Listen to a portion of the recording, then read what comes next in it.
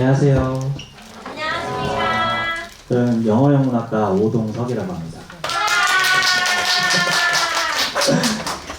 네, 오늘 저희가 이제 BK 정치외교학과랑 저희 이제 영어영문학과에서 주최를 해가지고 특강자를 모셨고요. 그리고 오늘 특강을 해주실 박준모 선생님은 이제 경북대학교 경영학과를 나오셔서 이제 경북대학교 컴퓨터학과 석사를 졸업하시고 솔트룩스라는 이제 그 자연어 처리 기반 솔루션을 개발하는 그 좀 대표적인 업체가 있어요. 거기서 일하시다가 KT에서 2022년도부터 AIX로 이제 랩에서 연구를 하고 있는 이제 선생님입니다. 큰 박수 부탁드리겠습니다. 그럼 강의 시작해 주시면 될 것 같습니다.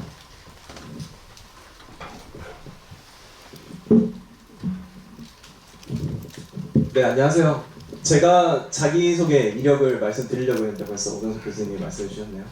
말씀드린 대로 저도 경북대학교 출신이고 지금 제가 또 언제 한번 이렇게 강단에 설 수 있을까라는 생각을 많이 가졌었는데 과거에 지금 이렇게 강단에 설 수 있어서 너무 영광이고 그 기회를 마련해 주신 우리 오동석 교수님께 다시 한번 감사드립니다. 네, 지금 제가 하고 있는 일이 뭔지 되게 궁금하실 거예요. 먼저 지금 제가 하고 있는 일은 실제로 뭐 요즘 유명한 GPT 같은 거 한국형 GPT를 만들고 있고요. 그걸 더 나아가서 그런 GPT에서 이미지들을 더 잘 인식하고 그 이미지에 대해서 잘 설명할 수 있는 그런 인공지능 모델을 만들고 있습니다. 그래서 아까 제 양력을 들어보셨다시피 저도 문과 출신이었고요. 여기서 컴퓨터 학부를 석사 과정을 하면서 되게 큰 어려움이 있었어요. 그래서 아마 제가 이번에 강의를 준비하면서 제가 겪었던 어려운 것들 그리고 설명을 함에 있어서 되게 어려운 부분들이 많았었거든요. 그 부분들은 뒤에서 제가 좀 더 설명을 드리면서 강연을 진행하도록 하겠습니다. 네, 그래서 일단 지금 저의 제목은 거짓말하지 않는 인공지능을 만드는 방법입니다. 그래서 아까 저희 강연 이렇게 들어오기 전에 그 김노주 교수님께서 한번 운을 띄워주셨어요. 예전에 한번 거짓말에 대해서 칼럼을 쓰신 적이 있으시다고. 그럼 거짓말은 무엇이냐? 라고 했을 때 되게 많은 내용들을 설명해 주셨는데 뭐 반어법, 은유법, 뭐 마음은 호수요 이런 것도 실제로 마음은 호수가 아니잖아요. 그런 말씀을 하시면서 제가 이 강연 제목을 잘못 지었나? 왜냐하면 이제 이렇게 교수님들 많이 오시고 언어학적으로 되게 많은 고심이 있으셨던 분이실 텐데 제가 지금 여기서 말씀드리고 싶은 거짓말은 최대한 팩트를 말할 수 있는 인공지능을 만드는 방법에 대해서 오늘 말씀을 드릴 거예요. 그래서 좀 철학적인 거짓말이 무엇이냐라는 말보다는 좀 우리가 인공지능을 사용을 할 때 최대한 잘못된 정보가 우리에게 주어지지 않는 방법에 대해서 그런 방법론에 대해서 말씀을 드리려고 합니다. 자, 그래서 이제 최근에 인공지능 활용 사례들을 잠깐 제가 살펴봤어요. 먼저 방법론 바로 들어가기에는 되게 무리도 있고 인공지능이 무엇인지에 대해서 한번 저희가 같이 한번 정의해 보도록 합시다. 일단 첫 번째로 프로그래밍. 이거는 저한테 정말 가까운 주제예요. 왜냐하면 예전에는 막 개발자들 뭐 동영상 같은 거 보셨나요 혹시? 모르는 게 있으면 구글링을 먼저 해보고 막 이상한 인도인이 강연하는 유튜브도 보고 뭐 아니면 코딩도 막 스택 오버플로우라고 되게 영어로 쓰여진 거 막 해석도 잘 안 되는데 막 해석하고 있어요. 근데 요즘에는 GPT한테 나 이런 거 하고 싶어 코드 짜줘 라고 하면 나옵니다. 단돈 월 2만원에 여러분들은 검색할 수 있는 시간을 아낄 수 있습니다. 그리고 두 번째로는 요즘 그 음식점 가면 좀 넓은 곳에 가면 로봇들이 있잖아요. 서빙하는 로봇들. 막 우리한테 짬뽕도 가져다 주고 우리가 가져갈 때까지 가지도 않고 아마 자세히 보시면 저희 KT에서 만든 것들이 되게 많더라고요. 여튼 그런 것들이 이제 단순 노동을 대체하기 시작했다고 저는 생각을 하고 있습니다. 뭐 예전에 저도 알바할 때 서빙도 했었고 한데 점점 요즘 뭐 젊은 사람들은 어떻게 또 알바를 할까 이런 생각도 들기도 시작했고요. 그러면 또 다음으로 요즘 뜨고 있는 직업이죠. 유튜버. 직장인들도 그냥 직장 때려치고 유튜버나 할까? 뭐 이런 말도 하고요. 아니면 학생분들도 브이로그 찍어가지고 나 좀 어떻게 수익도 내고 싶다 라고 하는데 인공지능 사례에 가져왔어요. 뭐 예를 들면 이런 거죠. 쇼츠 넘기다 보면 막 이 다람쥐는 억울합니다. 이렇게 시작하면서 어떤 쇼츠들이 막 나와요. 그거 다 사실 인공지능으로 만들어진 거고 막 요즘에 1분이면 여러분들도 유튜버가 될 수 있습니다 라고 하는데 해외 영상 있는 거 그냥 어떤 프로그램에 넣어버리면 그 인공지능이 그 프레임마다 이미지를 다 인식하고 줄거리가 어떤지 말이 어떤지 스토리를 생성해내고 그럼 그거를 보이스로 녹여내서 영상을 하나 뚝딱 만들어요. 딸깍이라고 하죠 요즘 언어로. 딸깍 해버리면 또 이제 유튜버가 될 수 있는 세상이 됐습니다. 아마 여러분들이 지금 이 자리에 오신 것도 지금 이렇게 막 되게 인공지능이 많은 생활적인 영역들을 점령해 나가고 있다고 저는 생각을 했고 지금 이 자리에 오신 것도 여러분들은 좀 더 인공지능을 구체적으로 잘 알아서 어떻게 변화하고 있는지 그리고 그것들을 어떻게 잘 활용해서 여러분들의 미래에 어떻게 적용할 수 있을지에 대해서 아마 고심이 있고 그것들을 들으러 왔을 거라고 생각을 합니다. 그래서 일단 먼저 사람들이 생각하는 인공지능이란 무엇인가 라고 했을 때 제가 석사과정에 들어가기 전에 인공지능 어쨌든 석사과정으로 들어가야 되잖아요. 그때 인공지능이란 무엇일까를 고민했을 때는 딱 그때가 알파고 이세돌이 알파고를 이긴 전적이 있잖아요. 지금은 누구도 사람이 이길 수 없다고 합니다. 근데 그 당시에는 되게 센세이션하고 그 인공지능이라는 게 그 복잡한 바둑을 둔다는 게 되게 신기했다는 경험도 있었고요. 그리고 두 번째로 그때는 인공지능 음성 비서 서비스들이 되게 많았어요. 저희 KT에서도 지니, 뭐 네이버에서도 뭐 SKT에서도 누구 뭐 이런 것들 되게 많이 나왔는데 그러면 요즘에도 막 스마트홈을 많이 쓰잖아요. 뭐 지니야 문 열어줘 하면 문 열어주고 에어컨 틀어주고 그런 것들이 되게 많이 각광받고 있었고 사람의 말을 잘 알아듣고 있으니까 그것들을 정말로 이제 실제 사람이 하는 말들을 정말 잘 인식하고 행동해 주는구나 라고 생각을 한 그때 당시였고요. 그 마지막으로는 지금 여러분들 통신사 사용하다 보면 불편한 거 없잖아요. 114 전화하면 귀찮게 해요 우리를. 전화해서 상담원을 연결해 주기 위해서 원하시는 서비스를 말하세요. 이거를 한 15초 정도를 들어야지 내가 원하는 서비스로 말을 할 수가 있어. 근데 그것도 잘 안 돼. 뭐 제가 통신요금 조회 이러면 상담원을 연결해 주기보다는 하는 법을 알려주기에 바빠요. 그래서 되게 불편하긴 하지만 어쨌든 이것들을 상담원들을 이제 점점 없애면서 뭐 인공지능으로 대체하는 그런 과정에 있었다고 생각을 합니다. 그러면 지금 현 시대 2024년에 들어가지고 여러분들의 인공지능이 무엇이라고 생각을 하나요? 인공지능의 대표적인 거 혹시 한번 말씀해 주실 분 있나요? 지금 인공지능이라고 하면 가장 먼저 떠오르는 거 챗GPT. 아 마법같이 또 제가 이렇게 화면을 준비를 했습니다. 네, 챗GPT 맞습니다. 지금 챗GPT 보면 뭐 자기소개를 해주세요 라고 하면 오픈AI에서 개발한 대규모 언어 모델인 챗GPT입니다. 뭐 GPT의 약자는 Generative Pre-trained Transformer 어쩌고 저쩌고 되게 말을 잘 해주고 우리의 아까 앞서 보여줬던 코딩도 해주고 막 되게 여러 가지들을 다재다능으로 해주고 있어요. 그래서 뭐 날씨도 검색해주고 이제 PPT 엑셀까지 만들어주더라고요. 이런 것들을 되게 대표적으로 하고 있는데 지금 챗GPT를 활용함에 있어가지고 조금 뭐 되게 신기한 부분들도 있고 어려운 부분들도 있을 겁니다. 먼저 요 예시를 한번 살펴보자면 현재 인공지능은 예전에 뭐 저희도 이제 여행을 가거나 하면 호텔이 마음에 안 들잖아요. 그러면 이제 한국인들이 아는 암호로 어떻게 리뷰를 썼어요. 지금 여기 예시가 있는데 아마 화면 보이십니까? 잘 보여요? 그냥 좀 읽어볼게요. 한국어로 읽어볼게요. 암호를 제가 해독을 해서 히카시이케 부쿠로역에선 30초도 안 걸릴 만큼 가깝지만 숙소가 워낙 낙후되어 있고 앱에 없고 4층 집이라 뭐 짐이 어렵다. 비속어도 있고 우리 바퀴벌레 나와서 뭐 화났다. 되게 화가 났는데 지금 요즘 챗GPT는 정말 미쳤다고 할 수 있습니다. 네, 여기에서 내용을 해석을 되게 잘해줘요. 뭐 나눠가지고 지금 이 역에서는 히비야섬 이케부쿠로에서 30초 정도 가까운 위치라는 의미입니다. 절대로 여기 오지 마세요. 더럽고 이런 것을 좋아하는 사람만 오세요. 라고 했다는 걸 잘 해석해줘가지고 우리 한국인들이 더 이상 설 자리가 없습니다. 리뷰 이벤트에서. 이런 리뷰 남길 때는 우리 5점을 주고 암호를 해버리거든요. 그런데 벌써 챗GPT가 다른 외국인 그 호텔 사장님들한테도 다 노출되도록 만들어버렸어요. 그래서 이런 발전들이 있었고 이런 챗GPT는 LLM이라고 부릅니다. 요즘에는 라지 랭귀지 모델. 혹시 들어보셨는지는 잘 모르겠지만 되게 많은 학습 데이터를 이용해서 인공지능을 오랫동안 많이 학습을 시켰습니다.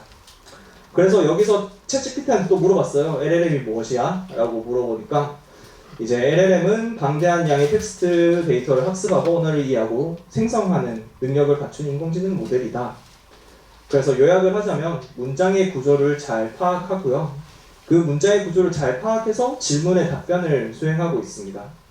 그리고 그 수행을 하는 거는 결국에는 지금은 문장을 생성하는 거예요. 아까 프로그래밍 코드도 만들어낸다는 것이 코드라는 언어를 직접적으로 생성해내는 것이죠.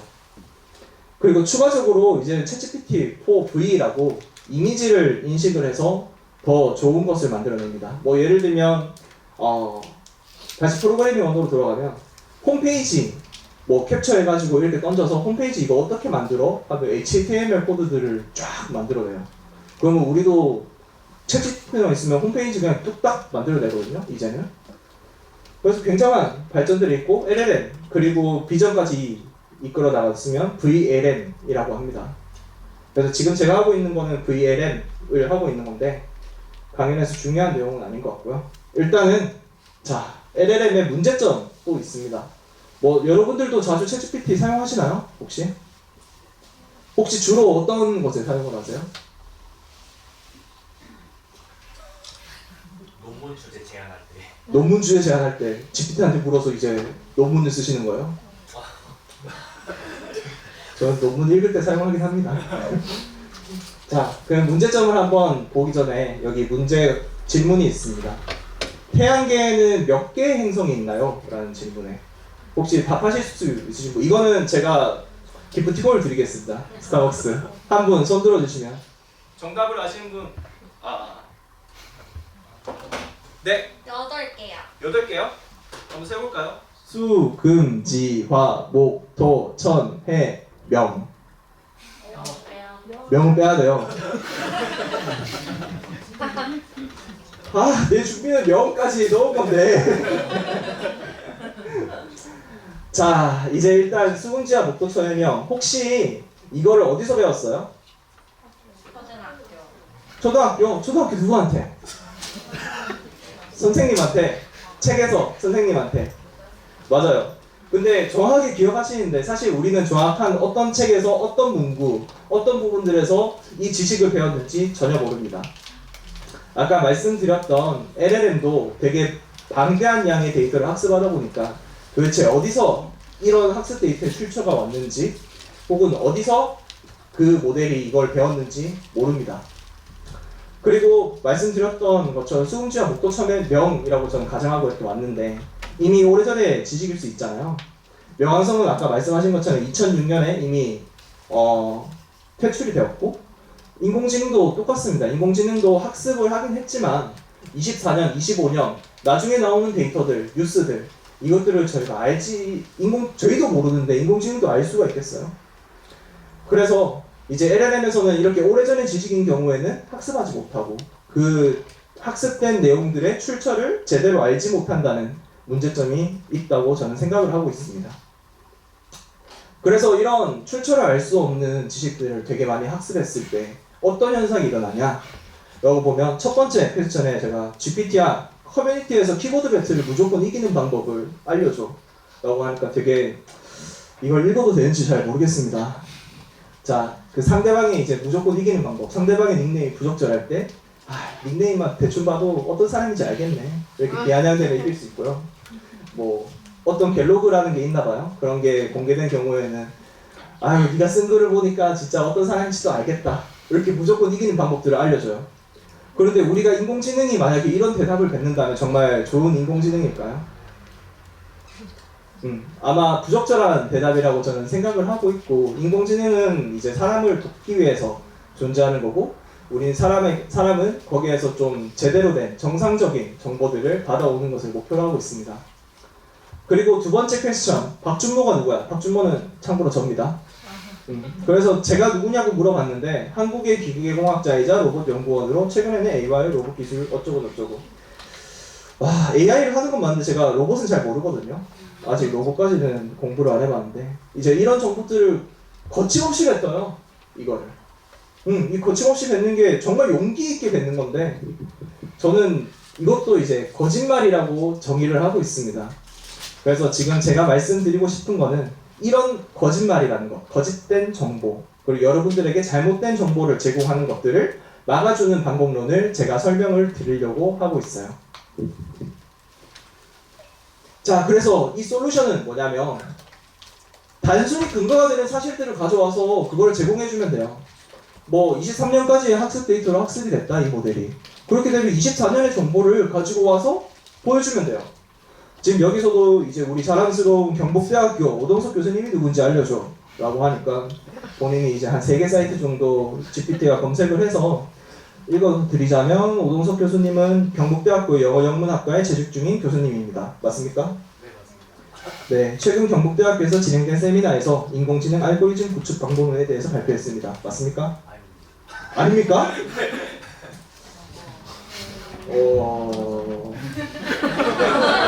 제가 만든 모델은 이렇지 않을 겁니다. 아, 정말 미국 사람들 잘못 만들었네. 어쨌든 이를 통해서 인문학과 인공지능의 융합 연구에 기여하고 있습니까? 네, 맞습니다. 네, 오동석 교수님 혹시 그 교수님이 되신 지 얼마나 되셨죠? 제가 이제 1년 조금 넘었어요. 네, 아마 지금 GPT가 얼마나 업데이트가 되는지 모르겠는데 지금 이런 정보도 사실 업데이트가 안 됐을 수도 있고 또 이건 미국에서 만든 모델이잖아요. 이런 정보들이 없을 수도 있어요. 근데 이거는 어쨌든 검색을 잘해서 가져온 거고 저는 지금 경기도 안양에 살고 있거든요. 그래서 오늘 안양의 날씨를 알려줘 라고 하면 어떤 날씨 사이트 3개를 검색해서 지금의 날씨를 잘 알려줄 수 있는, 그러니까 단순히 근거가 되는 사실들만 가져와서 우리에게 알려줄 수 있는 겁니다. 그러면 이제 제가 말씀드리는 게 뭔지 알겠죠? 근거가 되는 것들을 가져오면 된다. 자, 이제 어려워집니다. 제가 아까 쉽게 설명해드린다고 했는데 읽어보자면 Retrieval Augmented Generation for Knowledge Intensive Analytic Tasks. 본론으로 들어가면 자, 박준모 이 녀석이 나에게 거짓말을 했어. 자기도 문과로서 쉽게 설명해 준다는 뭐야 이게 시그마도 있고. 당연히 여기에서는 이런 걸 다루진 않을 거고요. 감사합니다. 자, 그 줄여서 랩이라고 해요. 마이크가 수명을 다 했네요. 네, 랩이라고 합니다. 아까 앞서서 논문 제목은 뭐 리트리버 어쩌고저쩌고라고 했는데 하나하나 뜯어서 씹고 뜨고 물고 맛보고 즐기고 하면 자, retrieval, 검색. 어떤 것을 가져온다 라는 뜻이고요. augmented, 어떤 것이 증강되었다. 그러니까 어떤 것을 덧붙여서 보강되고 좋아지게 되었다 라는 뜻이고요. generation, 생성한다. 우리가 GPT처럼 무엇인가를 생성한다. 이런 뜻입니다. 그래서 종합적으로 말씀을 드리자면 어떤 것을 검색해와서 어떤 것에 더 보강해서 좋게 만들고 그것을 이용해서 생성한다. 이런 의미라고 생각해 주시면 돼요. 그러면 어떻게 검색을 해오냐? 이게 또 말이 좀 어려울 수 있는데요. 프롬프트, 쿼리 뭐 이런 것들이 있습니다. 한번 이 플로우를 따라가 보면 첫 번째 프롬프트와 쿼리, 이거는 우리가 GPT한테 물어보는 어떤 것이에요. 아까처럼 날씨를 물어볼 수도 있고 오동석 교수님이 누구신지 물어볼 수도 있고, 그러면 1번에서 거쳐가면 컴퓨터와 구름 모양, 이거는 인터넷을 의미하고 있고요. 이런 인터넷을 통해서 뭐 전달이 당연히 어떤 서버에 전달이 되겠죠. 그러면 이 오동석 교수님이 누구야? 라고 했던 이 쿼리는 어떤 지식 컨텐츠 저장소, 뭐 어떤 곳은 뭐 사이트일 수도 있고요. 아니면 어떤 곳은 지식이 저장된 DB일 수도 있고, 어떤 곳은 구글이 숨겨놓은 어떤 도서관 아카이브일 수도 있습니다. 거기서 이런 질문을 던졌을 때 증강된 컨텍스트라는 것은 어쨌든 덧대어 보강된 어떤 문서들을 가져오는 것이죠. 아까 제가 보여드렸던 사례에서는 오동석 교수님이 뭐 기사나 혹은 사이트의 설명 그런 것들에서 그런 컨텍스트를 가져오는 것이고요. 그래서 요 이제 증강된 컨텍스트와 오동석 교수님이 누구야 라는 것들을 LLM에 넣어주면 그 앞에서 증강된 컨텍스트를 잘 이해를 하고 뭐 예전에 학습 데이터에 없더라도 거기에 대해서 잘 설명을 해줄 수 있는 시스템입니다. 그래서 우리는 요 서버에서 그런 응답 만들어낸 응답들을 받아서 저희는 아까 보셨다시피 잘못되었지만 그런 사실들을 제대로 받을 수 있는 것이죠. 그래서 저도 한번 근거가 되는 증강된 컨텍스트를 한번 넣어봤어요. 여기서 저에 대한 정보를 넣었는데요. 박준모라는 사람에 대해서 정보를 제공할게요. 박준모는 92년생 남성입니다. 경북대학교 경영학과를 졸업했고 컴퓨터공학 석사학위를 받은 뒤 KT에서 인공지능 모델을 연구하고 있습니다. 그리고 오늘 이렇게 강연을 하고 있습니다. 라는 정보를 주고 박준모에 대해서 설명을 해주세요. 라고 했어요. 결과는 이제 위에서 남성이 92년생 남성이다. 경영학과 졸업했고 석사학위 취득했고 KT에서 인공지능을 열심히 연구하고 있다. 이런 것에 대한 응답을 제대로 받았습니다. 물론 인터넷에는 제가 아직 유명하지 않기 때문에 그런 정보도 없었고 그리고 참고할 만한 GPT의 학습 데이터에 쓸만한 그런 유명세도 저는 아니라고 생각을 하거든요. 그런데도 이렇게 증강된 콘텍스트를 넣어주는 것만으로도 GPT는 아까 말했던 기계공학자다 융합 뭐식이 있었는데 그런 걸 하는 사람이다 라고 하는 것보다 훨씬 더 사실에 가까운 그리고 저에 대해서 훨씬 더 잘 설명해 줄 수 있는 모습들을 볼 수 있습니다. 그래서 문서는 어떻게 검색해 오나요? 이 문서라는 거는 아까 증강된 컨텍스트인 거고 이것들을 어떻게 검색해 오나요? 라는 질문이에요. 저희 현업자들한테는 좀 쉽게 말하면 이렇게 세 단계로 나눌 수 있어요.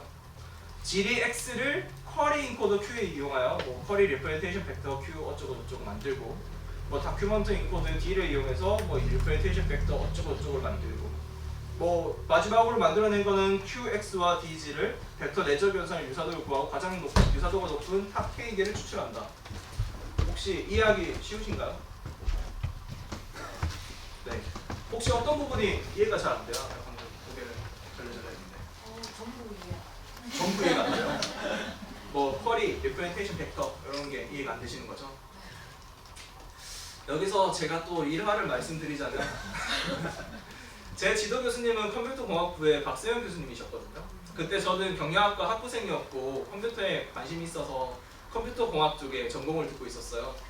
교수님이 이제 설명을 하시는데 벡터가 어쩌고저쩌고 이렇게 설명해 주셨어요. 근데 저는 이제 쉬는 시간에 달려나가서 물었죠. 교수님, 벡터가 뭡니까? 아마 이공계 교수님으로서는 당연한 건데 너무 당연한 건데 어이가 없으셨던지 저를 보고 자네는 벡터도 모르나? 이러더라고요. 네, 잘 모릅니다. 저 못 알아서요. 그러니까 그래, 벡터란 어쩌고저쩌고 설명해 주시는데 잘 귀에 들어오지도 않고 한 15분 정도 말씀을 해주시다가 약간 현타가 오셨나 봐요. 그래서 그냥 네이버 블로그에 찾아서 다음 주에 오너라 라고 해서 제가 집에 가서 네이버 블로그를 찾아봤죠.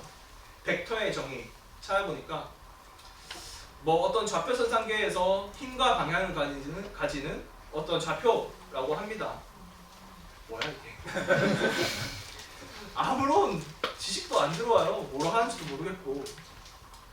그리고 실제로 저희 인공지능에서 벡터를 사용하고 있음에 있어서 이거는 물리학에 대한 개념이고요. 인공지능에서는 그런 정의를 사용하고 있지 않아요. 이거에 대해서 나중에 설명을 드릴 건데요. 여러분들도 아마 모를 거라고 가정을 하고 제가 가져왔습니다. 그리고 그 다음에는 이제 밑에 보면 벡터 내적 연산을 통해서 유사도를 구한대요. 그 다음 수업에 들어가서 또 물었죠. 그 다음 끝나고 교수님 내적이 뭡니까? 내적은 벡터끼리 곱해가지고 어떻게 만들어내는 거예요. 네, 잘 모르겠습니다. 여튼 그 유사도를 네, 말씀하세요. 질문이 하나 있어가지고 그러면은 저기 있는 문서 Z가 앞서 있었던 그 슬라이드에 있는 지식 컨텐츠 저장소가 되는 건가요? 문서 Z는 아까 지식 저장소에서 불러온 문서를 문서를 의미합니다. 여기서는. 그러면 아까 제가 보여드렸던 예시에서는 박준모에 대한 개인 정보가 여기선 G가 되겠죠. 혹시 이해가 되셨나요? 네. 근데 적극적인 참여 감사합니다. 네, 그러면 여기에 대해서 어쨌든 그 벡터가 무엇이냐, 내적이 무엇이냐 이걸 설명함에 있어서 우리 컴퓨터 공학에서는 또 자연 언어라고 합니다. 인간의 언어를. 자연어를 어떻게 컴퓨터가 잘 이해할 수 있는지에 대해서 좀 기초를 들어가야 될 것 같아요. 약간 이 거짓말을 하지 않는 인공지능 모델을 만드는 방법이랑 조금 엇나가긴 하지만 조금만 잘 들어주시기 바랍니다. 자, 사람의 언어라는 것은 생각이나 느낌을 나타내거나 전달하기 위하여 사용하는 음성, 문자, 그리고 나의 제스처, 몸짓 등의 수단 또는 그 사회 간접적 체계라고 합니다. 이걸 간단히 도식화를 하면 지금 제가 전달자로서 말씀을 드리고 있잖아요. 이 말씀을 드리는 거는 메시지의 전달, 그리고 메시지의 부호화, 이걸 영어로 하면 인코드라고 하거든요. 이 부호화라는 것은 지금 이 현실 세계에서는 제가 말씀을 드리고 있는 것이 음성으로 바뀌고 공기의 진동으로 바뀌고 그게 여러분들에게 전달이 됩니다. 그 진동을 만들어내는 게 인코드라고 보시면 돼요. 그러면 경로는 무엇이냐 다음에 이 경로는 공기겠죠. 진동을 만들었으니까 공기를 통해서 진동이 전달되고 그럼 메시지의 수신, 여러분들의 귀, 고막이 될 겁니다. 그 고막은 이제 메시지의 해독을 수행하는 것은 아니죠. 딱 그 진동을 인식을 하고 청세포에 들어와서 뇌에 직접적으로 전달을 합니다. 그럼 제가 이렇게 말씀드린 음성들이 뇌까지 전달이 돼가지고 여러분들은 머리로 이해를 하고 계시는지 모르겠지만 이 강연을 이해를 하게 될 것입니다. 근데 그 이해라는 게 되게 좀 추상적이에요. 막 여러분들이 지금 제가 사과라고 말씀을 드렸어요. 공기를 통해서 여러분들의 귀 그리고 뇌까지 갔습니다. 이 사과라는 것을 우리의 머릿속에는 지금 어떻게 되어 있죠? 되게 말하기 힘들어요. 그런 것들을 이제 머릿속에서 말하기 힘든 것으로 만들지만 우리는 알고 있는 무언가를 만들어내는 게 디코드라고 생각해 주시면 됩니다. 그러면 이제 제가 말씀을 드렸는데 여러분들이 방금 끄덕끄덕 하셨거든요. 이게 피드백이에요. 제가 말이 잘 전달이 되었는지.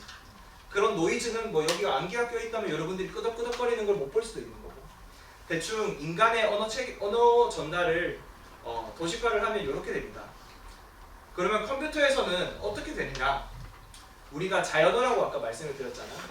여기서 컴퓨터는 어쨌든 뭐 이런 철덩어리라 가지고 저희가 컴퓨터에게 언어를 전달하기 위해서는 키보드로 작성을 하거나 어떤 텍스트로 작성을 해요. 그럼 컴퓨터는 그것을 인식하고 이것이 어떤 행동이다 아니면 이 텍스트가 무엇이다 라고 디코드하는 과정이 필요하겠죠. 얘들은 청각적으로 듣는 게 아니니까요. 그럼 여기서 이 컴퓨터가 우리의 메시지를 수신하고 디코드를 하는 과정이 자연어 처리라는 과정이라고 보시면 됩니다. 뭐 이걸 이용해서 나중에 뭐 LLM도 만들고 나중에는 어떤 문서 검색기도 만들고 여러분들이 도서관에서 책 검색하는 것도 만들고 이런 방식들이 처리되는 거고요. 뭐 그거 외에도 프로그래밍 언어도 뭐 나중에 10101010이라고 하잖아요. 그 컴퓨터들이 인식할 수 있는 이진수로 만들어내는 그런 방법도 다 디코드 과정이라고 생각하시면 됩니다. 그러면 우리가 이제 인간의 언어를 컴퓨터가 어떻게 인식하게 만드느냐 이게 되게 중요하잖아요. 그러면 단순하게 생각을 하면 그 왼쪽에 볼 수 있는 화면에서 인간의 단어가 3개, 5개밖에 없다고 생각을 합시다. 고양이, 강아지, 멍멍이, 또 뭐 있냐? 햄스터, 쥐 이렇게 5개만 있다고 합시다. 그러면 되게 쉬워요. 그냥 1번에는 고양이다, 2번에는 강아지다, 3번에는 멍멍이다 이렇게 그렇게 만들어버리면 되게 쉽습니다. 이것을 원하시라고 하는데 굳이 알 필요는 없고 뭐 이렇게 어떤 특정 그 순서에 따라 가지고 그 해당하는 부분만 1 아닌 부분은 다 0으로 채워버리면 컴퓨터가 이해하기 쉽겠죠. 컴퓨터는 1, 0으로 인식하기 되게 쉬우니까. 그런데 문제점이 있어요. 어떤 문제점이냐면 현실 세계에서 쓸 수 있는 단어들이 너무 많아요. 한 뭐 10만 개? 20만 개? 훨씬 넘을 거예요. 한국어 그냥 한 글자씩들만 유니코드로 환산을 하면 65,000개거든요. 그런데 단어까지 조합해봐요. 되게 힘든데 이런 것들을 그러면 어떻게 컴퓨터가 더 잘 이해할 수 있는지 되게 많아지면 000 뭐 예를 들면 어떤 단어 강아지라는 것이 아까 뭐 100만 개라고 있다 칩시다. 세 개의 언어가 100만 개, 3개의 언어가 있는데 강아지를 아까 2번이었잖아요. 그럼 나머지는 100만 개를 0으로 채워야 돼요. 그거를 컴퓨터에게 인식을 시키려고 하니까 너무 컴퓨터에 뭐 연산을 시키기가 되게 힘든 거죠. 그래서 이것들을 댄스 레프레젠테이션이라고 어떤 이제 5개의 숫자가 들어갈 수 있는 어떤 항목의 실수라고 하죠. 마이너스도 되고 소수점까지 허용하는 그런 실수라고 하는 건데 이 5가지만 이용해서 우리는 만들 수 있습니다. 아까는 1, 0, 0, 0, 0, 0, 2, 0, 1, 0, 0, 0, 0 이런 식으로 했었는데 여기서 뭐 첫 번째는 0.37, 두 번째는 마이너스 0.몇 이라고 하면 어쨌든 수치가 다르잖아요. 여기서 중요했던 거, 앞서서 중요했던 것도 0과 1로 채워진 숫자가 다른 것들이 있는데 지금은 이렇게 실수로 주어준다면 5개밖에 없는, 슬롯이 5개밖에 없는데도 모든 언어를 다 표현할 수 있어요. 이렇게 하면 장점이 무엇이냐? 나중에 기계가 이해할 때 일단은 아까 말씀드렸듯이 슬롯이 되게 작고요. 그리고 그 슬롯을 이용해서 표현할 수 있는 방법들이 되게 다양하고 그리고 이것은 유사도를 가까운 단어들은 가깝게 표현할 수 있게 됩니다. 그래서 그 방법들을 설명드리자면 워드2벡터라는 알고리즘이 있어요. 이거는 구글에서 2013년에 발표했던 방법인데 이런 단어, 자연어의 의미를 벡터 공간에 인베딩할 수 있도록 인베딩이라는 건 아까 보셨던 5개 슬롯에 어떤 실수를 채워서 만들어내는 것입니다. 그런 것을 만들 수 있도록 하는 알고리즘이에요. 밑에 예시들을 보면 친구를 보면 그 사람을 안다. 주변 환경을 보면 안다겠죠. 그리고 어떤 언어학자는 단어 주변을 보면 그 단어를 안다 라는 거죠. 우리 막 수능 볼 때 얼마나 많이 공부했어요. 빈칸 채우기. 진짜 문제 출제자들 욕도 많이 했는데 그것들을 보면 나는 오늘 친구랑 같이 마시는 땡땡을 먹을 거야 라고 하면 우리는 어떻게 생각이 들어요? 구체적이진 않지만 무언가 뭐 우리가 먹을 수 있는, 인간이 먹을 수 있는 무언가를 먹을 것이다 라는 게 우리의 머릿속에서 이해할 수 없지만 무언가가 떠오르겠죠. 그런 것들을 아까 5개 슬롯으로 만들어주는 방법들이 워드2벡터라는 방식입니다. 그래서 이것을 어떻게 하냐, 조금 어려울 수 있는데 요것들을 잠깐 설명드리자면 첫 번째 인풋 레이어, 그리고 이제 히든 레이어를 거쳐서 아웃풋 레이어로 통과됩니다. 이게 뭐냐면 간단히 설명을 드리자면 인풋 레이어에는 제가 아까 말씀드렸던 10000 아까 원합 벡터라고 하죠. 원합 인코딩을 통해서 만들어진 어떤 단어의 표현이라고 보면 되고요. 우리가 인공지능을 학습시킨다라고 하는 거는 웨이트라는 어떤 수치적으로 매핑을 해서 그것을 우리의 목적에 맞도록 목적에 맞는 수치가 나올 수 있도록 학습을 시키는 것이거든요. 그러면 이 1000으로 구성된 원핫을 히든 레이어라고 아까 보셨던 어떤 5가지 슬롯이 있는 실수로 구성된 그런 것들로 매핑을 해줍니다. 이 매핑이라는 것은 띄워주는 거죠. 그리고 이 히든 레이어라는 것이 아까 보셨던 어떤 단어의 리프레젠테이션, 단어의 의미가 되는 겁니다. 여기까지 혹시 따라오시기 괜찮으신가요?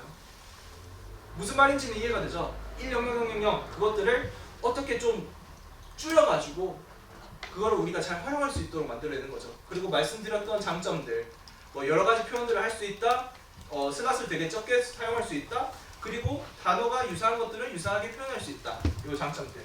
거기에 대해서는 좀 말씀을 드릴 건데, 그러면 선생님 아까 뭐 1000 그거 되게 좀 많이 먹는다면서요. 근데 왜 인풋에는 1000이고 그냥 그렇게 다 하면 안 되는 거예요? 그거 계속 쓰고 있잖아요. 라고 하는데 딥러닝이라는 것은 굉장히 깊고 그리고 굉장히 이 히든 레이어가 하나로 표현되어 있지만 굉장히 많은 어떤 히든 레이어라는 것들이 통과되고 있어요. 근데 그것이 슬롯이 되게 많은 것들을 그대로 유지한다면 되게 많은 용량들을 차지하게 되거든요. 그것들을 방지해주고 5개, 조작 5개로 압축해주는 방법들이라는 것입니다. 그래서 이건 좀 과학자스럽습니다. 좀 보면 왼쪽에 보면 우리가 아까 5개라고 했지만 이거는 좌표거든요. 사실 5차원의 좌표예요. 근데 우리가 문과로서 배운 거는 많아봤자 3차원이거든요. 그래서 이걸 3차원으로 어떻게 잘 줄여가지고 그 차원들을 이렇게 좌표선상에 점을 찍어봤어요. 그러니까 뭐 어떤 점들, 뭐 누구의 이름들은 어떤 좌표값을 가지고 어떤 좌표값을 가지고 되게 좀 떨어져 있잖아요. 단어마다. 이렇게 됨으로써 단어마다 구별을 둘 수가 있는 거예요. 이것들은 다 수치로 표현이 되는 거고 5가지 슬롯으로. 지금 여기는 3차원이니까 3가지 슬롯이겠죠. 그리고 오른쪽은 제가 GIF로 가져왔는데 뭔가 점이 움직이고 있어요. 이 점들이 뭐냐면 지금 왼쪽 위로 향하는 것들 읽어드리자면 excellent, sweet, love, awesome, amazing, good 되게 좋은 긍정적인 단어. 그리고 우측에는 bad, worst, poor, 뭐 unfortunately 되게 부정적인 단어들. 이것들이 지금 이 워드 투 벡터 알고리즘이 학습을 하면서 어떤 이렇게 그 학습을 하는 수치들을 좌표로 찍어 보니까 이 과정이 계속 거쳐 나가는 거거든요. 긍정적인 그 단어들은 서로 가까워지고 있고요. 부정적인 단어들은 긍정적인 단어들과 멀어지고 있고 서로 또 가까워지고 있습니다. 학습을 하니까 이렇게 되는 거예요. 그래서 아까 말씀드렸던 이 워드 투 벡터 그리고 이 5가지 슬랫에 표현할 수 있는 댄스 레프레젠테이션이라는 것이 어떤 단어의 의미가 비슷한 것들은 가까워진다라고 말씀을 드렸잖아요. 그것들을 직접 가시화 시켜놓은 것이 요 장표라고 보시면 됩니다. 네, 그래서 이제 그 5가지 슬랫이라고 말씀을 드렸는데 이게 벡터라고 하는 거거든요.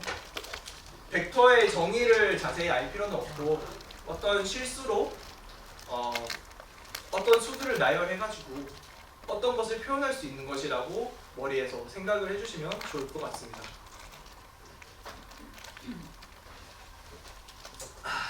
그러면 이 벡터가 무엇이냐에 대해서 조금 설명이 들어가야 될 것 같아요. 제가 기억하기에는 제가 석사과정에 들어가기 전에는 아마 2차원계 좌표밖에 생각이 안 나거든요. x는 ax, y는 ax다 이렇게. 그래서 2가지만 가져왔어요. 요거는 2차원 벡터라고 하고요. 두 가지 수만 있으니까 뭐 5가지 아까 설명하시면 5차원 벡터라고 하겠죠. 이 2가지 수치를 가진 것들을 오른쪽 그림에 있는 것처럼 좌표를 찍어봤어요.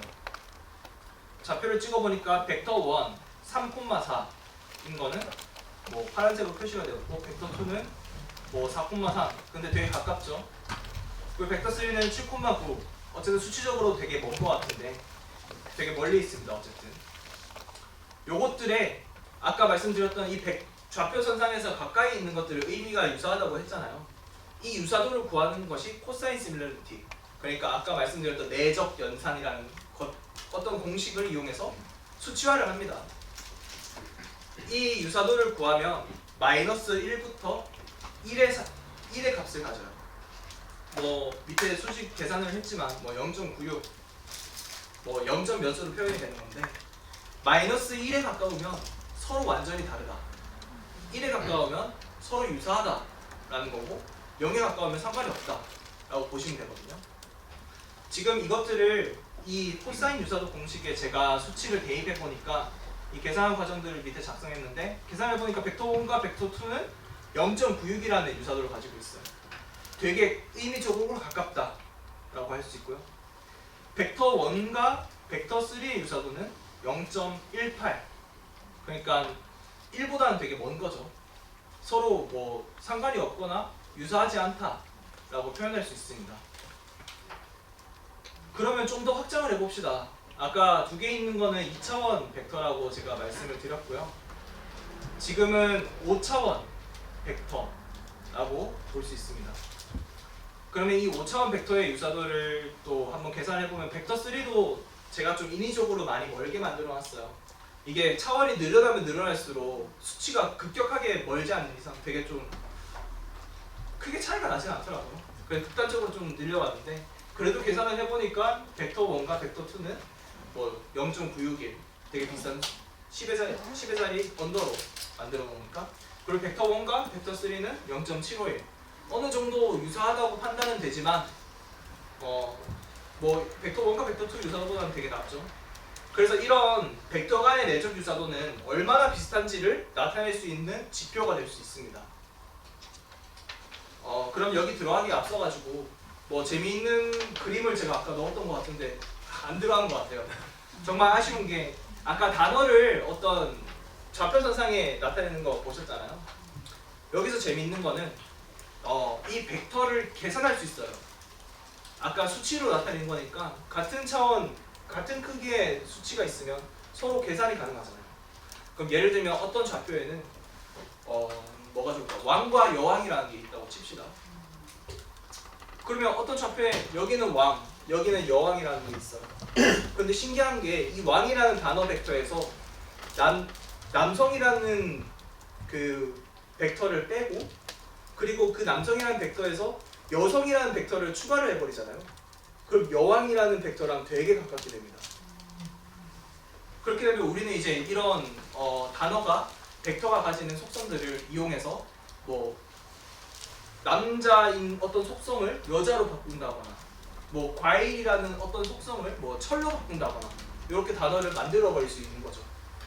그래서 이 컴퓨터 그리고 인공지능에서 벡터가 되게 중요하고 이런 연산들을 이용해서 벡터로 되게 많은 일들을 할 수 있습니다.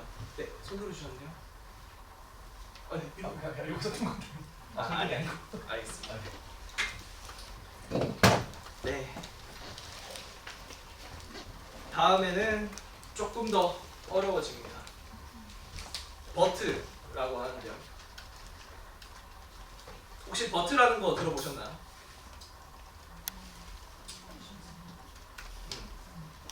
아마 잘 못 들어봤을 것 같은데 버트 치면 이미지가 되게 많이 나오는데 심슨이래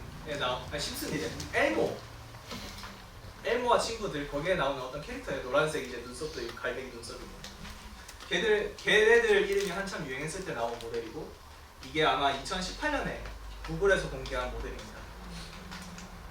우리 인공지능을 공부했던 사람들은 이때부터 원래 이 자연어 처리라는 게 되게 인기가 없는 종목이었어요. 그래서 뭐 학회를 가면 인공지능 학회를 가면 약간 비전, 이미지 다루시는 분들이 70%, 그리고 자연어 처리하시는 분들이 20%, 그리고 뭐 음성 처리하시는 분들이 10%. 그렇죠? 왜 그러냐면 그때 자연어 처리는 되게 힘들게 공부를 했습니다. 막 형태소 분석을 해요. 형태소가 무엇인지 일단 다 하고 그 문장들을 분석을 해가지고 뭐 어휘를 다루고. 그런데 아까 말씀드렸던 벡터로 만드는 방법 그리고 이 버트가 나오면서 그 자연어 처리가 되게 쉬워졌어요. 그럼으로써 폭발적으로 자연어 처리의 인기가 높아지게 되었고 지금도 아까 말씀해 주셨던 것처럼 인공지능이라고 하면 챗GPT 나오잖아요.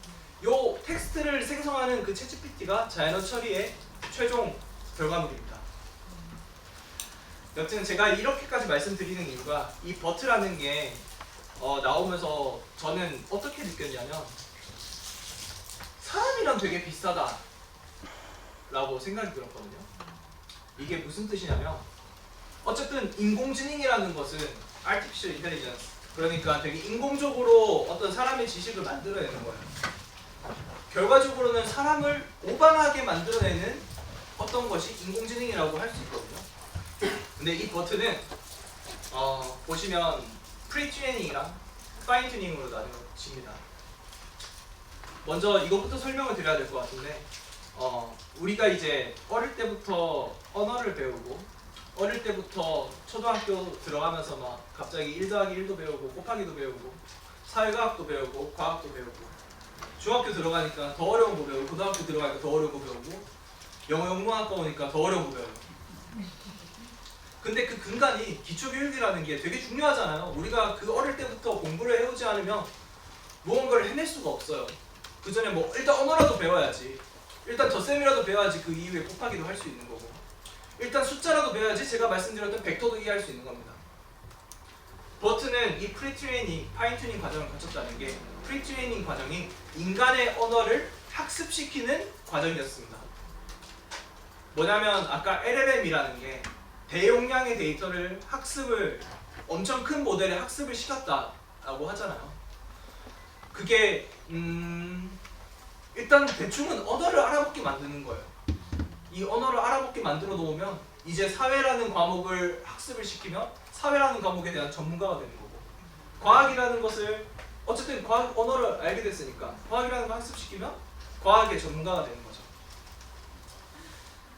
그래서 이제 이 버트라는 게 되게 인공지능에서 폭발적으로 자연어 처리가 올라오게 된 계기가 된 건데요. 이제 구체적으로 좀 더 설명을 드리도록 하겠습니다. 이 버트라는 것은 센텐스 임베딩, 그러니까 지금까지는 워드 임베딩, 워드 벡터 이런 걸 만들었거든요. 이 임베딩이라는 것은 벡터로 만드는 과정을 설명하는 건데요. 센텐스를 벡터로 만드는 거예요. 솔직히 단어로 하면 되게 우리가 인간의 생각이 부자연스럽잖아요. 예를 들면 물, 친구, 남자 이거 가지고 뭐 어떻게 할 수 있겠어요 우리 사람이. 당연히 이 남자가 물을 마신다. 뭔가 주어가 있고 목적어 있고 서술어가 있는 그런 과정들을 거쳐야지 정말로 우리 인간의 언어가 완성되는 거잖아요. 그 과정을 만들어낸 게 센텐스 임베딩입니다. 그래서 여태까지는 물, 나무 이런 것들을 어떤 벡터로 만들어내는 거라면 센텐스 임베딩은 철수가 학교에서 밥을 먹었다. 그런 사실들 우리 머릿속에서 뭔가 떠올릴 수도 없지만 수치로 나타났어. 철수가 영희가 스파링을 한판 한다. 되게 사이가 안 좋구나. 이런 것까지 다 추론이 가능한 거죠. 이런 것들을 만들 수 있는 게 버트라는 것이고 프리트레인이라는 것은 모든 것을 잘하도록 하는 건 아니지만 일단 말이라도 좀 알아먹게 해라. 어떻게 학습시키는지 나중에 말씀드릴게요. 어느 정도 사람의 언어를 알아먹을 수 있도록 학습하는 게 요 프리트레이닝입니다. 파인튜닝은 아까 말씀드렸던 것처럼 언어를 좀 이해를 하면 어떤 분야에 대해서 열심히 공부를 시켜요. 이 버트라는 모델을. 그러면 거기에 대한 전문가가 되는 거죠. 좀 더 구체적으로 말씀을 드리자면 어떻게 얘를 사람의 말을 알아들을 수 있도록 학습을 시키냐 라고 말씀을 이제 보면 아까 딥러닝에 대해서 잠깐 말씀을 드렸지만 어떤 수치적인 웨이트라는 것을 업데이트해서 기억하실 필요는 없습니다. 이거. 웨이트라는 건 학습에서 우리가 목적에 맞는 어떤 인공지능 모델들을 만들어내는 게 학습이라고 합니다. 그러면 어떤 목적이 있어야지 인공지능 모델을 학습시킬 수 있겠죠. 그럼 요거는 어떤 목적들이 있는지 말씀을 드리자면 그리고 실제로 버트가 있을 때는 GPT는 잽도 못 썼습니다. 그때 GPT-1, GPT-2 이것들은 사용도 안 했는데 갑자기 챗GPT가 나오더라고요. 진짜 놀랄만한 성능이 나왔는데 그 전에는 전부 다 버트로 했고 버트로 서비스를 만들었고 그리고 여러분들이 사용하고 있는 114에 전화했을 때 그 음성 통화 분류를 해주는 것도 버트일 겁니다 아마. 여튼 자 어떤 목적으로 학습을 했냐면 먼저 첫 번째로 입력으로 주어지는 문장의 의미를 이해하도록 학습을 했습니다. 요게 어떻게 학습이 되는 거냐면 첫 위에 이제 있는 그림을 보면 요 문장들이 버트라는 모델의 차례대로 들어가는 거예요. 앞에서 CLS라는 것이 들어가고 첫 번째 문장 My dog is cute 그리고 중간에 SEP 요건 separate라는 뜻인데요. 줄임말인데요.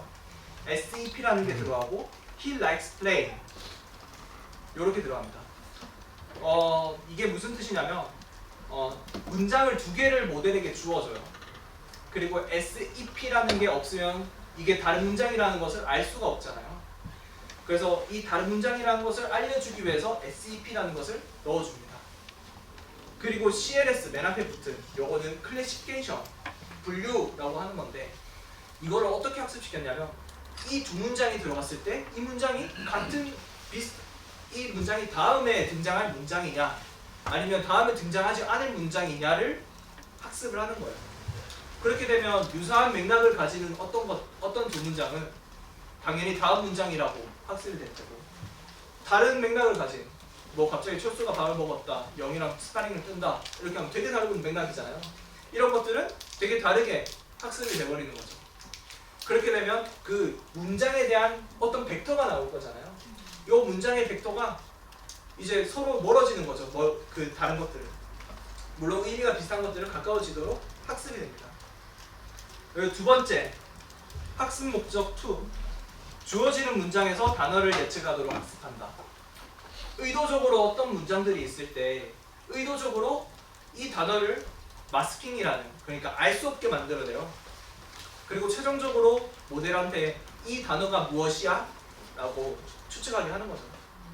그럼 나는 오늘 친구랑 맛있는 땡땡을 먹을 거야 라고 했을 때 처음에는 뭐 인간의 언어도 잘 모르니까 이 버트라는 모델이 뭐 이상하게 뱉겠죠. 뭐 예를 들면 오늘 친구랑 맛있는 뭐 타이어를 먹을 거야 라고 하면 야 너 틀렸어. 다시 해봐. 틀렸나? 나는 오늘 친구랑 맛있는 그러면 자동차를 먹을 거야. 너 틀렸어. 다시 해봐. 그래서 이것들이 반복되다 보면 점점 try 그리고 실패 그리고 성공을 할 때까지 계속 시켜버리는 거죠 이걸. 그럼 결국에는 바나나를 먹을 거야 라고 했는데 맞았어. 아 신난다. 이렇게 되는 거죠. 그렇게 되면 이 버트라는 모델이 프리트레이닝 과정에서 인간의 언어를 어느 정도 이해할 수 있게 되는 거죠.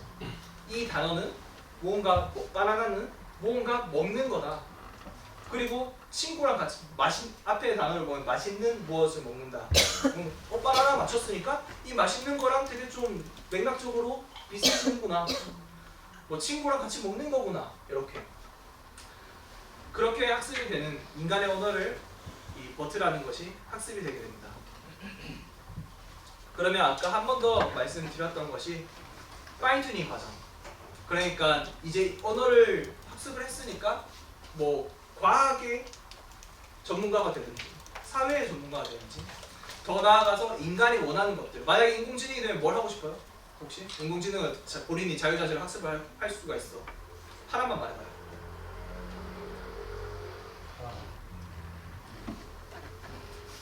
구체적으로. 그냥 뭔가 세상에 있는 모든 코드를 다 학습을 해버려서 그냥 자유자재로 나올 수 있겠지. 프로그래밍 하시는 분이구나.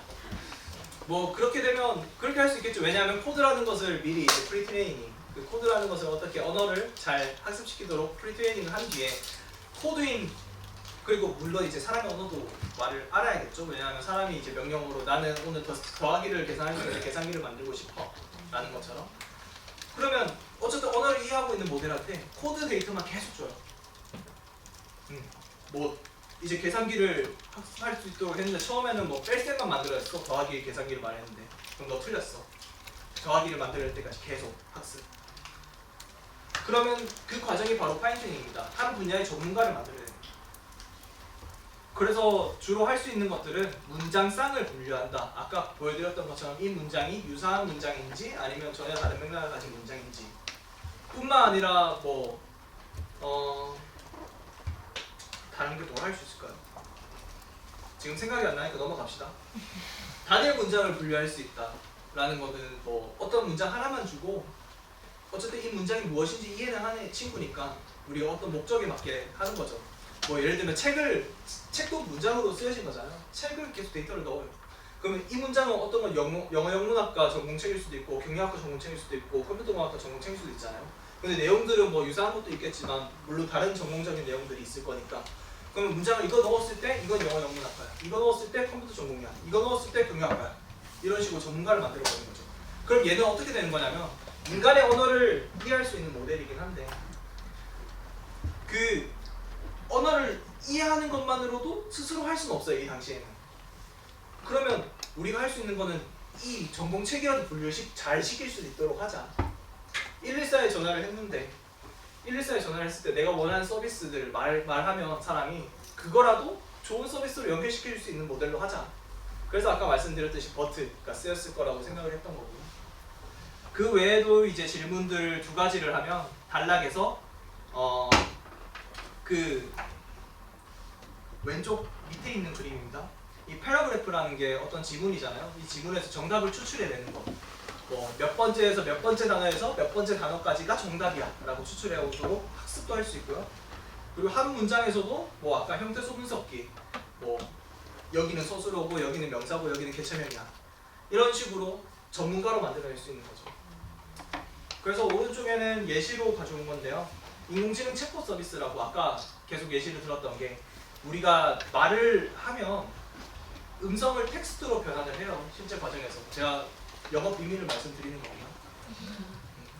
텍스트로 변환을 하면 이거를 버트에 넣어서 그 버트가 아까 분류를 한다고 했잖아요. 분류를 해서 통신 요금에 대한 질이다. 뭐 아니면 뭐가 있지? 뭐 통화 기록을 보고 싶은 질이다. 이런 것들로 분류를 해서 그 상담사한테 연결을 해주는 거예요. 그런 식으로 학습을 할 수 있고 이 과정에서 중요한 게 문장을 벡터로 만드는 과정, 어떤 의미가 있는 수치로 만들어내는 과정, 요걸 할 수 있습니다. 그러면 좀 더 나아가서 S버트 끊이지 않네요. 제가 설명드릴게요. 요 S버트라는 거는 버트를 문장에 대해서 좀 더 구체화시킨 거예요. 아까 말씀드렸듯이 프리트레이닝 과정에서 어떤 사람의 말을 잘 이해하도록 만들었다고 했잖아요. 그러면 파인튜닝, 어떤 전문가로 만드는데 얘는 문장의 이해를 정말로 잘하게 만든 학습 과정 파인튜닝입니다. 이 파인튜닝은 뭐 좀 쉽게 설명을 드리긴 어려울 것 같고, 오른쪽에 있는 수치를 보시면 이것도 설명드리기 어려울 것 같고,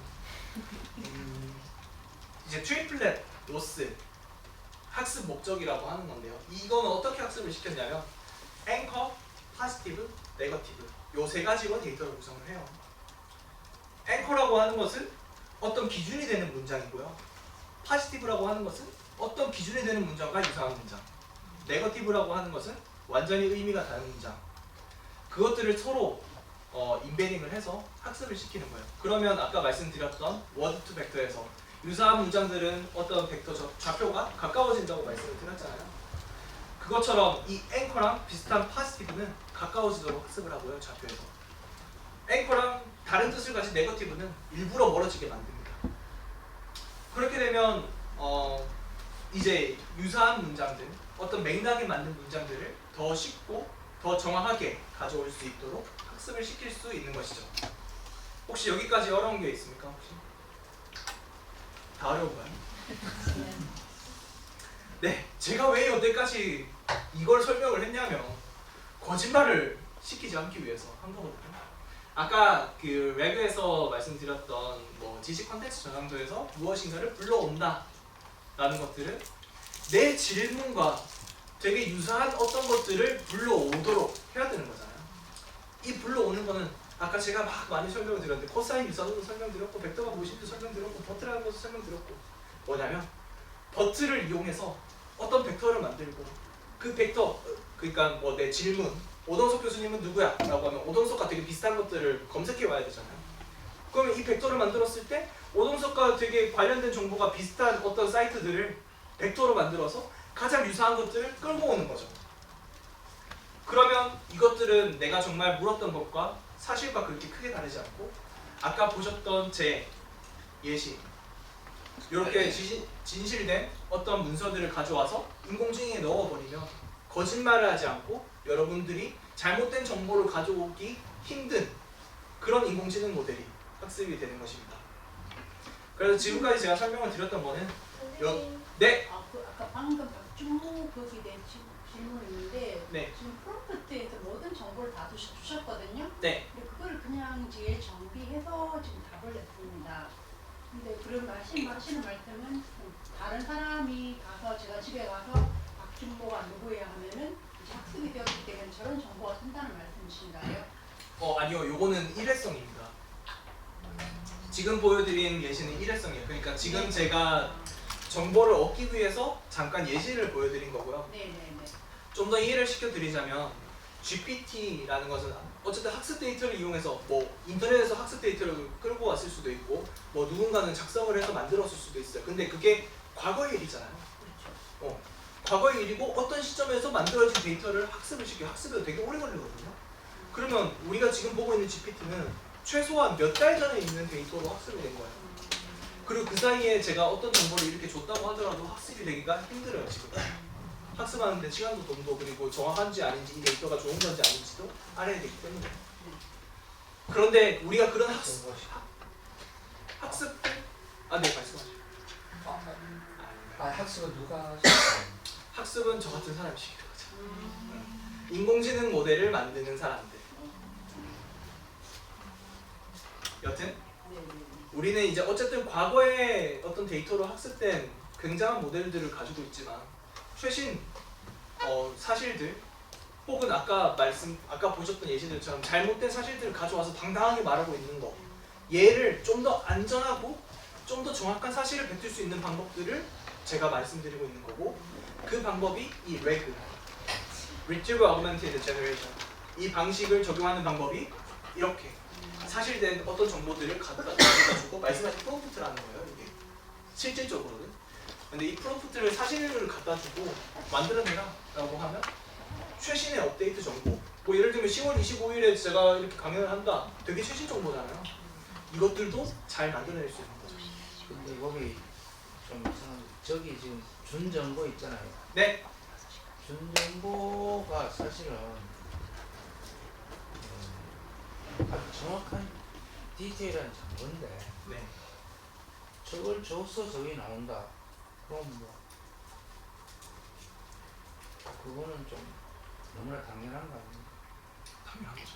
당연한데 그러면은 우리는 저 박준모에 대해서 모르기 때문에 네. 그거에 대해서 우리는 질문을 했거든요. 질문을 했는데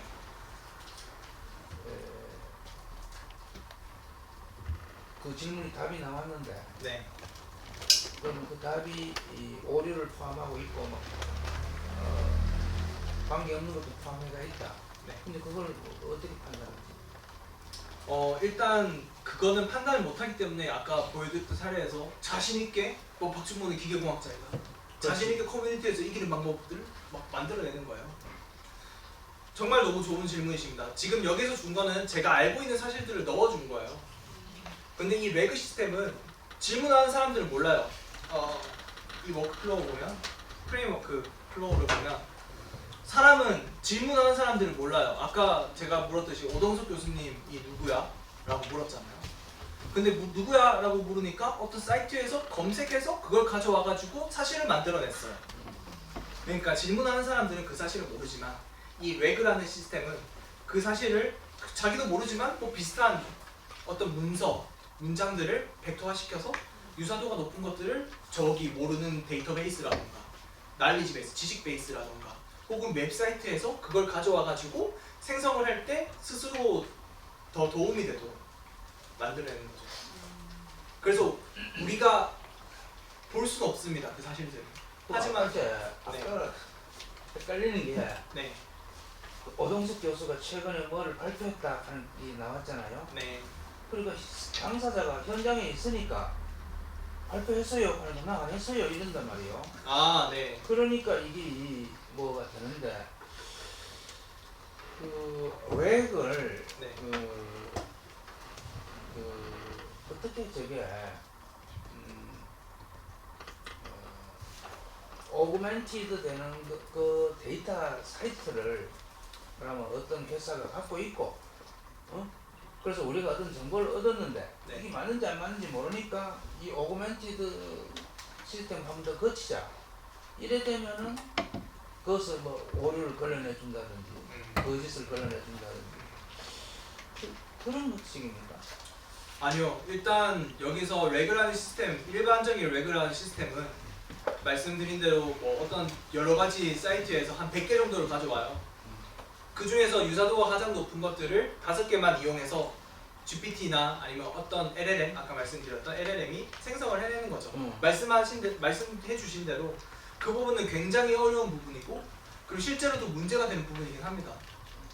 지금 뭐 화두에 오르고 있는 연구 주제이기도 하고 아마 오동석 교수님도 그걸 지금 연구하고 계신 것 같아요. 그런데 제가 그래서 준비했습니다. 팩트를 체크할 수 있는 방법. 마법같이 뭐 다 나오네요. 물론 이제 팩트를 체크하는 방법은 아니고요. 아까 말씀드린 것처럼 오리지널 레그는 실제로 답변에 필요한지 그리고 질문에 관련이 있는지에 대한 판단 없이 그냥 탑 몇 개, 그냥 벡터가 유사도가 가장 높은 탑 몇 개를 가지고 그냥 생성을 해버려요. 그런데 좀 더 확장된 논문, 셀프 렉이라고 이렇게 분별 없이 문서를 가져와가지고 활용하는 거에 대해서 회의감을 느끼고 그것들을 잘 개선할 수 있는 방법이 이겁니다. 이게 뭐냐면 이제 검색을 해왔잖아요. 근데 이 스스로 검색된 내용이 관련된 내용인지 적절한 것인지 판단하는 학습을 하는 거예요. 근데 이 과정은 그 말씀하신 거랑 조금 엇나가는 게 팩트를 체크하는 것은 아니고요. 관련이 있는지 없는지를 최소한 분간을 해내는 겁니다.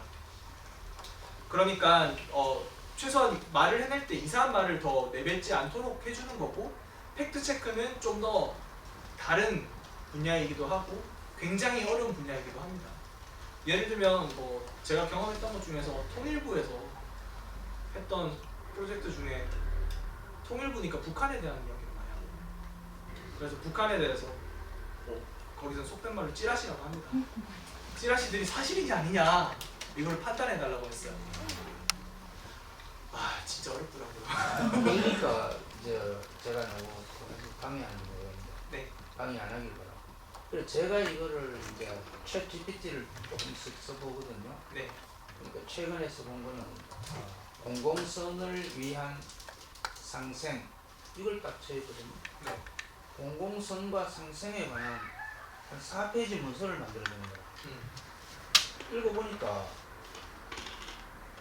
좀 어떠냐 하면은 생생한 감각이 없고 약간 구름 위에 뜬 것 같은 센텐스 패러그래프이 확대가 있는데 대충 얼핏 보면은 잘 쓴 것 같아요.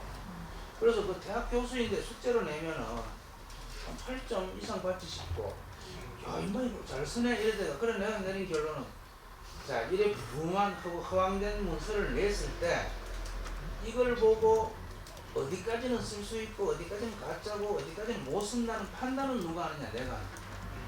그래서 우리는 AI가 아무리 발달해도 우리는 초중고에 가서 영수 국가를 배워야 되는 이유가 뭐냐, 국영수 사과를 배워야 되는 이유가 뭐냐, 그 지식이 많을수록 저기 만들어낸 응답의 옳고 그름을 판단할 수 있는 그게 되는 거야. 깡통이 달려가면 하나도 판단 못하는 거야. 그런 거 아니에요. 근데 정말로 저희가 계속 연구를 해나가야 되는 주제이기도 하고 계속 고심하고 있는 부분을 정확하게 짚으셨습니다. GPT를 사용하기 전에도 GPT가 만들어내는 것은 전부가 사실은 아니고 그냥 참고용만 써라. 말씀하신 대로 만들어내는 결과물은 어쨌든 우리가 보고 읽고 이걸 사용할지 말지를 결정을 해야 돼요. 제가 아까 말씀드린 코드 만드는 것도 솔직히 한 번에 잘 안 돌아가더라고요. 코드를 좀 읽고 작성하는 과정이 귀찮으니까 코드를 읽고 몇 가지 부분만 잘 수정을 하면 저한테 되게 잘 도움이 되는, 그리고 굉장히 빠른 작업들을 할 수 있는 하나의 보조도구로서 지금은 사용이 가능한 거고, 만약에 그것까지 다 했다면 지금 아마 우리는 인공지능한테 지배되고 당하고 있지 않을까요? 여튼 아직까지는 미완성인 제품들이고 우리의 인간으로서 보조도구로서 사용할 수 있는 부분들인 건 맞습니다. 그리고 사람이 직접 결과물들을 보고 한번 필터링을 거쳐야 되는 부분도 맞고요. 그래서 사실상 제가 챗GPT를 사용하시는 분들한테 뭐 그 결과물들을 완벽하게 믿지는 말라고 말씀을 드리거든요. 당연히 사실이 아닌 부분도 있고, 아까 박준모 검색했는 것도 사실이 아니었잖아요. 기기공학과 어쩌고저쩌고 뭐 그런 것처럼 이제 사람이 한번 필터링 거쳐야 된다. 그리고 레그에서도 말씀 또 드릴 게 나왔네요. 여기서 이제 레그가 주의해야 되는 부분, 그리고 신뢰성 있는 레그라는 것은 이렇다. 요런 6가지를 정의를 해가지고 이 레그는 이걸 지켜야 된다라는 건데, 찬찬히 살펴보면 사실성, 실제 생성된 정보와 정보의 정확성과 진실성을 의미하고요. 투명성, 이런 결정하는 과정, 시스템 결정하는 과정이 사용자에게 명확하고 이해하기 쉽도록 하는 것. 책임성, 시스템의 행동과 결과, 시스템이 스스로 책임을 질 수 있도록 하는 것. 프라이버시, 개인 데이터 되게 중요하잖아요. 이런 것들이 어디에 유출되거나 무엇에 이용되지 않도록 하는 것. 공정성, 뭐 어떤 편향을 최소화하고 모든 사용자의 공평한 대우를, 그러니까 누구한테는 되게 좋은 거, 누구한테는 되게 나쁜 거, 이런 시스템을 주지 않고. 경고성, 뭐 시스템이 외부 위협과 오류에 대해서 저항할 수 있는 그런 경고성을 말씀드리는 겁니다. 이게 아까 레그 시스템을 크게 보여드렸잖아요. 이게 각각의 이 요소들이 어디에 적용되는지 말씀을 드리자면, 처음에 우리가 질문을 던졌을 때 어떤 지식 베이스나 데이터베이스, 웹사이트로부터 검색을 해오잖아요. 이게 리트리버라는 과정에서 거쳐 나가는 건데, 어쨌든 여기서 우리는 관련된 문서들을 가져오게 되는 겁니다. 여기서 경고성, 앞서 경고성이라는 건 어떤 외부 위협에 저항한다. 되게 나쁜 문서들이 있을 거잖아요. 아까 셀프 레그에서 잠깐 설명을 드렸는데, 그런 관련 없는 문서들은 제외하고 뭐 다시 문서를 주어줄 수 있다. 프라이버시는 개인정보가 포함된 것이면 그 문서에 포함되지 말아야 되잖아요. 혹시 뭐 한 가지 사례를 들자면, 예전에 이루다 아십니까? 한번 페이스북에서 되게 재밌는 채팅 시스템이라고, 와 이게 진짜 인공지능이야? 라고 했는데 문제가 생겼었죠. 뭐였냐면 누군가의 주소를 알려줬어요, 이루다가. 개인정보. 되게 좀 위험하잖아요. 무섭고. 그런 것들을 보호해줄 수 있는 프라이버시. 그러면 이 문서와 증강된 이런 지식과 우리의 질문이 LLM에 들어갑니다. 그러면 이 들어갔을 때 생성하는 과정에서 공정하냐, 아니면 이 생성하는 과정이 정말로 제대로 잘 이루어지고 있는지 투명성을 증명할 수 있느냐. 뭐 근데 공정성은 자본주의에 깨졌죠. 저희가 GPT 월 한 2만 원을 내야지 오랫동안 쓸 수 있고 하는 것처럼. 하지만 모두가 10번까지는 무료로 쓸 수 있습니다. 그런 공정성. 그 답변을 받았을 때 이 답변이 사실인지 아닌지 한번 판단을 해주는 시스템. 이거는 아까 교수님이 말씀해 주신 부분이긴 한데 되게 어려운 부분이고 기업에서 연구를 하고 있지만 공개는 하지 않아요. 왜냐하면 자기들의 근간 기술이니까요. 근데 그것들을 적용해야지 사회성이 이루어진다 라고 볼 수 있습니다. 그리고 마지막으로 책임성. 이 시스템이 낸 책임을 질 수 있느냐 없느냐. 이거는 아까 말씀드렸듯이 이루다 개인정보 문제가 생겼었죠. 그리고 서비스를 종료했습니다. 책임을 지고. 그런 것들을 의미하는 거고, 이런 레그, 신뢰성 있는 레그 시스템 만들기 위해선 이런 6가지 요소들이 잘 갖춰져야지 여러분들이 사용하기 좋은 시스템이 만들어졌다라고 할 수 있습니다. 네, 제 강의는 여기까지고요. 그 레그라는 것을 설명드리기에 앞서 가지고 여러분들이 GPT를 사용할 때 어떻게